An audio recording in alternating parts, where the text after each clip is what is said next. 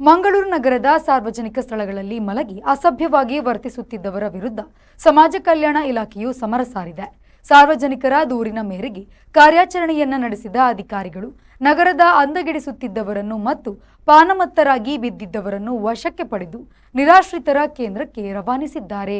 ಮಂಗಳೂರು ನಗರದ ಸಾರ್ವಜನಿಕ ಸ್ಥಳಗಳಲ್ಲಿ ಮಲಗಿ ಅಸಭ್ಯವಾಗಿ ವರ್ತಿಸುತ್ತಿದ್ದವರ ವಿರುದ್ಧ ಸಮಾಜ ಕಲ್ಯಾಣ ಇಲಾಖೆ ಸಮರ ಸಾರಿದೆ.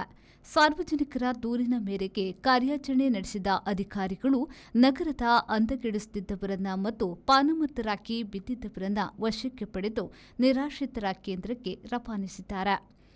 ಮಂಗಳೂರು ನಗರದ ಹೃದಯ ಭಾಗದಲ್ಲಿರುವ ಬಸ್ ಸ್ಟ್ಯಾಂಡ್, ರೈಲ್ವೆ ಸ್ಟೇಷನ್, ಮಾಲ್ಗಳ ಮುಂಭಾಗ ಹಾಗೂ ಫುಟ್ಪಾತ್ಗಳು ಇತ್ತೀಚೆಗೆ ಪಾನಮತ್ತರ ಅಡ್ಡೆಯಾಗಿ ಬದಲಾಗಿತ್ತು.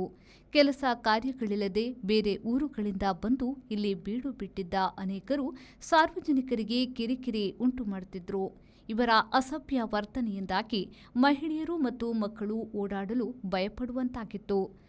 ನಿರಂತರವಾಗಿ ಬರುತ್ತಿದ್ದ ದೂರುಗಳನ್ನು ಗಂಭೀರವಾಗಿ ಪರಿಗಣಿಸಿದ ದಕ್ಷಿಣ ಕನ್ನಡ ಜಿಲ್ಲಾ ಸಮಾಜ ಕಲ್ಯಾಣ ಇಲಾಖೆ ಹಾಗೂ ನಿರಾಶ್ರಿತರ ಪರಿಹಾರ ಕೇಂದ್ರದ ಅಧಿಕಾರಿಗಳು ದಿಢೀರ್ ಕಾರ್ಯಾಚರಣೆ ಕೈಗೊಂಡರು. ಕಾರ್ಯಾಚರಣೆಯ ವೇಳೆ ವ್ಯಕ್ತಿಗಳ ಹಿನ್ನೆಲೆಯನ್ನು ಪರಿಶೀಲಿಸಲಾಯಿತು.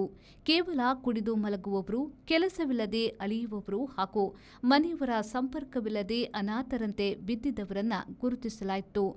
ಅಂತಹ ವ್ಯಕ್ತಿಗಳನ್ನು ಇಲಾಖೆಯ ವಾಹನಗಳಲ್ಲಿ ನಿರಾಶ್ರಿತರ ಪರಿಹಾರ ಕೇಂದ್ರಕ್ಕೆ ಕರೆದೊಯ್ಯಲಾಯಿತು.